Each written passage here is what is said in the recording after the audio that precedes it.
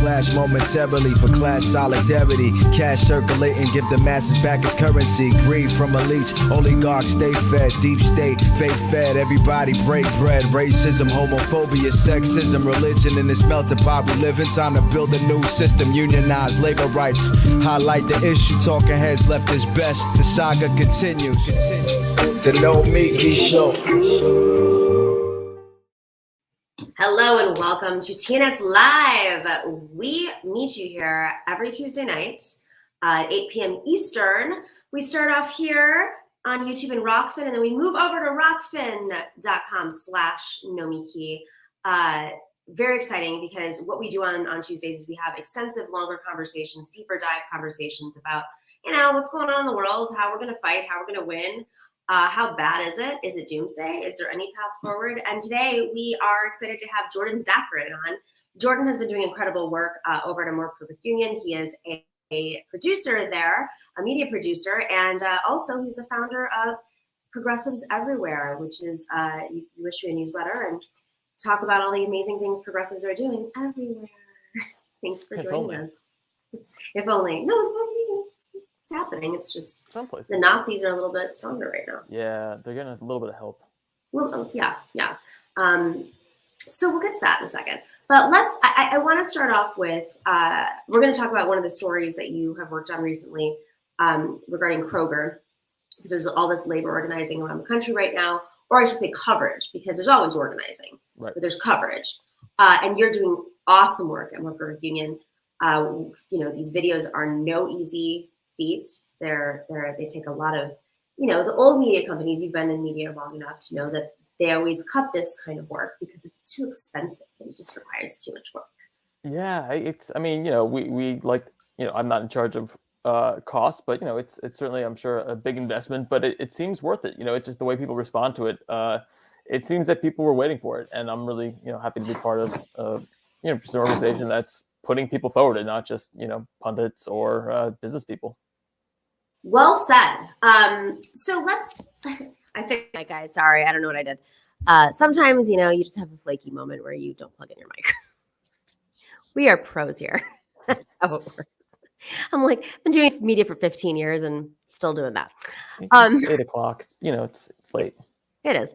So before we get to that, let's talk about voting rights and the filibuster and the anti-squad. I mean, why don't Joe Manchin and Sinema have a little tag? Why is there no nickname for them? The obstructionists? It's not as. I think people are going with Manachima or something. I mean, I think the thing about that is it's almost, you don't want to name the devil. You don't want to give it power, I think. Well, that's there already has enough power. Donald Trump would just be small hand cinema or something. Yeah, he'd be called dummy cinema.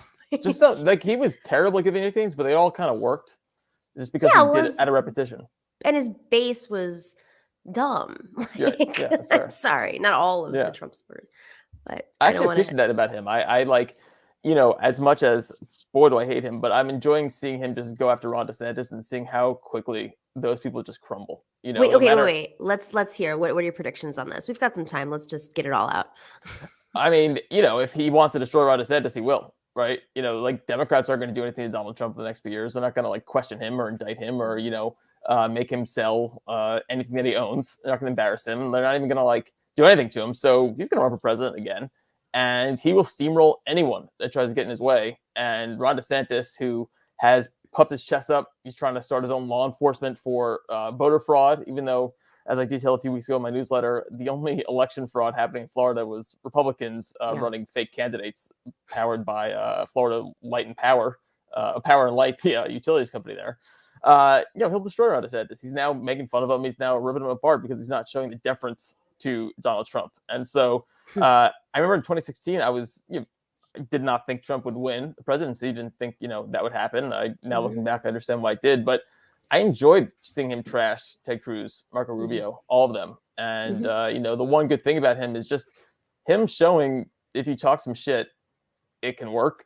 And we're still not there yet. Democrats won't do it, but I am enjoying seeing Ron DeSantis just getting hammered every single day. I have a weird theory. This just came to me, so I haven't tested it out. But What if like Trump, who of course got vaccinated and is now urging people to get vaccinated, ran with like Marco Rubio? Like, and I mean DeSantis, he's done or Oh, tested I because he needs mean, Florida.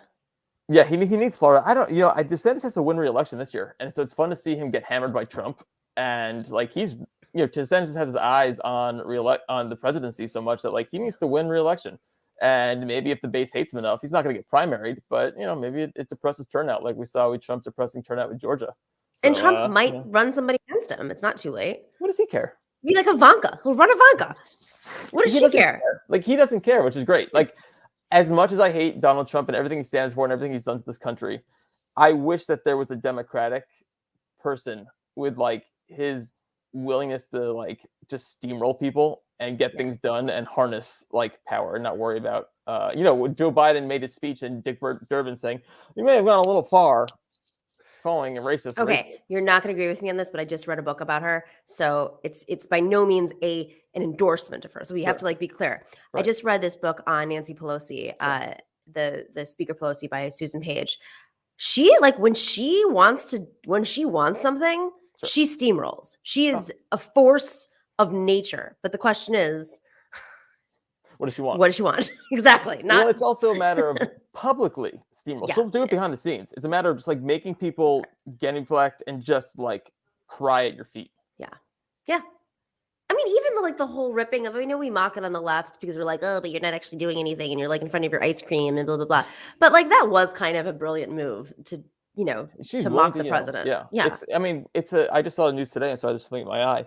Democrats are saying, oh, I don't know if we should we should call up any Republicans to the January 6th commission because what if they try and do something to us?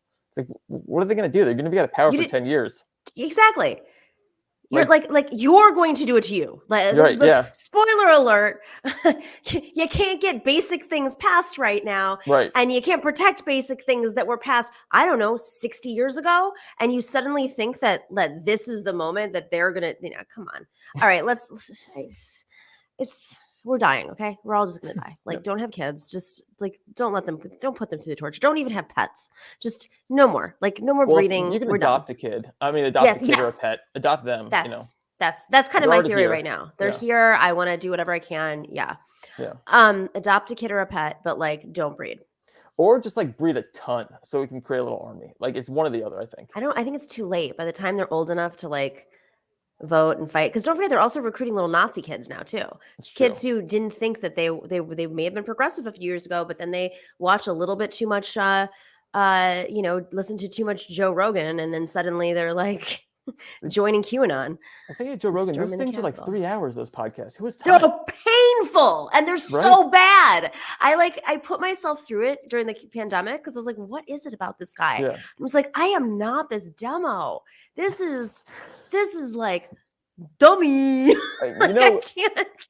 I sort of hate the whole so I don't think that we should be sensitive to them at all, but the whole disaffected white guy thing, like as much as we hate that, like it is true, and it is like this like lonely white guy in the basement type deal, or lonely white guy who told that like he can't hit on girls anymore, and we shouldn't pander to them, but that's who goes to Joe Rogan. We shouldn't pander to them, but I mean, it's forget about race because yes, they are white guys and part of that is the algorithm of the internet, which is preying on them. But it has always been about you pick a country in the world where radicalization happens. It's always disaffected young guy between the ages of like 12, puberty, and like 29, and like that's your. And I think that's like, take it to the Kroger thing, I think that's part of why the labor movement is so important right now. Yes. I think that it is not as much as Democrats like to line up behind it or say they do. We haven't seen the PRO Act get passed. I think the Biden administration like has, behind the scenes tried to do things, with NLRB has been really good. But regardless, like this is an opportunity to speak to people in a way that is not having a politician come down. This is about, like trying to empower, and people are pissed off. They hate their bosses no matter what, whether they're Democrats or Republicans. And like, I think the labor movement can help, bring those maybe people who would be pissed off at their bosses and become a Joe Rogan type, Joe Rogan devotee to like instead doing organizing or realizing that like, hey, the power. The problem is not, the people of color who are even poorer than you. The problem is the bosses that, Kroger had $1 billion in stock buybacks last year while people are living in their cars. And the solution is not like a penis rocket ship to space and Elon Musk being like the most brilliant man in the world. Yeah. I mean, it's he's not taking you, so that's a thing. You're not on the list. Exactly. He's not taking you to Mars. By the way, it's really cold there. I just want to warn you all. It's not what you think it is.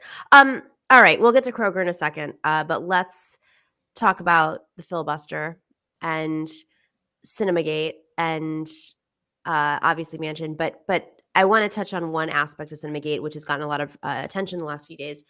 And this is a issue close to my heart because I work with a women's organization that empowers working class women and wants to help them get elected in every way possible. And by the way, just a little teaser while I'm on this, if you are interested in learning about how to run for office, if you're a woman, working class woman, or work on a working class women's campaign, go to matriarchtraining.com. Go sign up right now. It's on January 29th. There's a full day training. So Emily's List. Emily's List stands for Early Money is Like Yeast and Makes the Dough Rise. Very creative title. Like an acronym. Feel like they were punking us when they came up with that. In the late 80s, Ellen Malcolm was the founder of Emily's List over 30 years ago. And Emily's List, of course, they support pro-choice women, pro-choice Democratic women. They've had questionable backings in the past. They've primaried other progressive women who are pro-choice. They've sometimes gotten invested with male candidates. They're defensive about all this. For years, I'd say I worked on a piece about them in 2013, and they killed a piece, and I worked on it for a couple of months. Emily's List, like, you just couldn't get the word out about them. And then finally it started catching up in 2016. They went after Lucy Flores, and then, of course, Laura Moser, and several other candidates started to speak up and say they did the same thing. So right now is a moment where they're really showing their true colors, because Kyrsten Sinema's largest donors have been from Emily's List. And then you have to look back and say, well, who's funding Emily's List? It's a mix. It's a lot of good-hearted people who want to elect women, and, some corporate people too. And Kyrsten Sinema, I know personally, her campaign manager when she went for Congress, a wonderful guy, was ousted by Emily's List team when they endorsed her when she went for Congress, and she won in Arizona. And then, of course, they kept supporting her along the way. Well, there was an online letter signed by, I don't know, probably over 100 people at this point, calling for Emily's List to take away their support of her because she's not standing for really basic voting rights and ending the filibuster. They issued a statement today, basically saying, "Oh well, we haven't endorsed her since 2018. You mean her last election? She doesn't run." So I mean, it was interesting. They definitely issued the statement, but it was like weak sauce. It wasn't anything. It's not like they're going to change their business overnight. But I do feel like this is the kind of power. This is the kind of shame and power maneuvering we have to do, guilt by association, to get this passed, because she is not being moved, but other organizations that call the shots for her are being shamed. Do you think it's going to work? Like, what are your thoughts on this week of Emily's List Sinema filibuster? Yeah, I know like NARAL and a bunch of other places also did the same thing with Sinema. I don't, and I also have spoken with people who are, whether they're part that they are executives or the DNC or whatever, people who are big donors, like they've also expressed their dismay, especially over the past weeks, especially since she gave that speech last week and just kind of like knifed Biden in the stomach. When she like haltingly, like sobbingly said she just didn't care about Black people's right to vote. I know a lot of people have expressed their dismay at her and said we're not going to fundraise, we're not going to raise money for you. Like we can, we'll help raise money for a primary challenger, whatever it is. I don't know that she cares or she plans to be in the Senate anymore. Yep. There was like some talk about her, like, oh, she thinks she can run for president. Like, she's not running for president. She's like going to go be on the board of 45 different corporations within the next 4 years. She has no intention, I don't think, of like, which she can do, by the way, without tanking the country. Yeah. I mean, she's so dug in now, that's the thing. It's like, I don't know her. I feel like maybe and like I'm ascribing some like rationality to her and maybe she's just the Joker. But like she's so dug in now, but I was surprised by that speech, to be honest with you. I thought that like honestly, I thought that like the pressure that was going to come from donors might have pushed her a little bit to at least say like, all right, I'll do this if we can do it in the most minimal way possible, and just out of self-interest for Democrats. I think that was like where my like hope was. Like Democrats finally got that. Oh no, we're gonna lose big time. I didn't think it was like out of the goodness of their hearts that they might pass this thing, but her and Manchin, even today, Manchin just he now naysaying on the whole idea that if they just let Republicans talk themselves out and peter out, then they will be able to just pass it on 51 votes without having to change rules. Him saying no to that, and they just don't want it to happen. And I don't know what it is. Maybe they're just their egos are so big. But Manchin is now saying that the government will protect people; they're not going to lose their voting rights, which is amazing because like months ago he was saying, he's like the Constitution will protect them, the Supreme Court will protect them. Months ago he was saying he came up with this bill because he knew that there was a problem, right? Like this is his bill, and I just hope for like the sake of like Manchin's like grandchildren and just like people around him, he's not as stupid as he seems. And this is all an act. I don't think he's stupid. I mean, can we put that shot of Sinema up again in the purple dress? Because I want to show something to you. So there you go. So Sinema's wearing a cross there. And I saw this meme being spread around today where just a few years ago she was being sworn in as an atheist on on the Constitution, not on a Bible, because she is an atheist. And there she is wearing a cross. She found the light of the devil.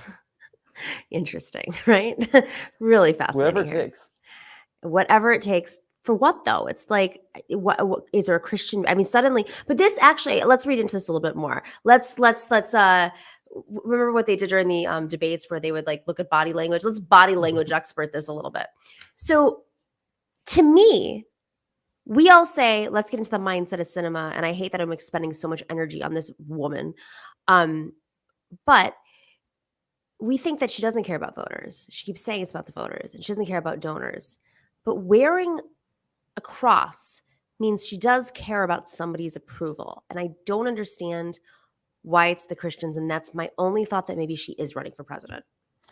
I don't know. She's been getting a lot of praise from Mitch McConnell and a lot of Republicans like taking out ads thanking her. And maybe it's like burnishing her credentials, like maybe as an independent, knowing that she has to do a lot to overcome the things that she did, the things she said, being sworn on the Bible, being part of the Green Party.